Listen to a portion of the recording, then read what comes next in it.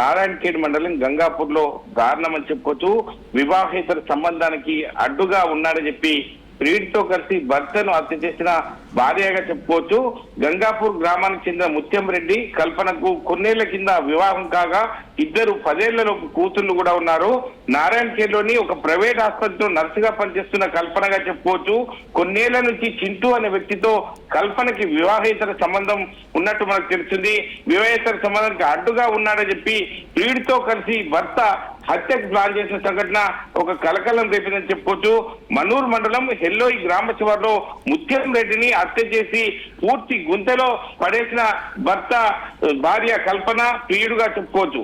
9 రోజుల క్రితం ఈ యొక్క అదృశ్యమైన సంఘటనపై ముత్యం రెడ్డి ఎక్కడున్నారని చెప్పి వీరే వారి జాడ కోసం తిరుగుతున్న సందర్భాన్ని బట్టి చూస్తుంటే పోలీసులు వీరి యొక్క కదలికలను గుర్తించి వీరు గతంలో ఎవరెవరితో మాట్లాడుతున్నారు ఏంటని చెప్పి కాల్ లిస్ట్ కూడా తీయడం జరిగింది. వీరికి సంబంధించి ఈ యొక్క రెగ్యులర్ గా ఎవరైతే మాట్లాడుతుందో ప్రియుడితో మాట్లాడుతుందో కల్పన ఫోన్ ఆధారంగానే యొక్క వివరాలు కూడా బయటకు సేకరించి పోలీసులు యొక్క వీళ్ళని పట్టుకొని తీరా వీరు అన్ని చెక్ చేస్తుంటే పూర్తిగా మన సమాచారం కూడా బయటకు వచ్చినట్టు తెలిసింది.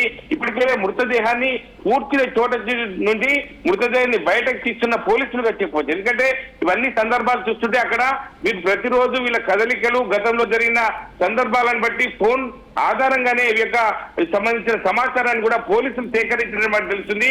దీనికి సంబంధించి సంగారెడ్డి జిల్లాలో ఒక కలకలం చెప్పుకోవచ్చు. ఎందుకంటే భార్య భర్తలు అన్యోన్యంగా ఉండాల్సిన భార్య భర్తలు ఇద్దరు అంటే ప్రియుడు మోదులో పడి భర్తను చంపేయడానికి యొక్క సిగ్గుమాల చర్యగా చెప్పొద్దు. ప్రతి ఒక్కరు కూడా ముక్కులో వేలేస్తున్నారు. ఎందుకంటే ఇటువంటి సంఘటనలు చిన్న కూతుళ్ళు ఉన్నారు, వాళ్ళను పెంచి పోషించి ప్రయోగం చేయాల్సినటువంటి భార్యనే తన భర్తను చంపేయడాన్ని ప్రతి ఒక్క స్థానికులు కావచ్చు బంధువులు కావచ్చు అంటే ఇబ్బందికరమైన వాతావరణం చూస్తుంటే ప్రతి ఒక్కరు కూడా వారిని తిట్టని వారు కూడా లేరు. కాబట్టి ఇటువంటి సంఘటన చూస్తుంటే అందరినీ కలిసివేసే విధంగా ఉంది సచిన్.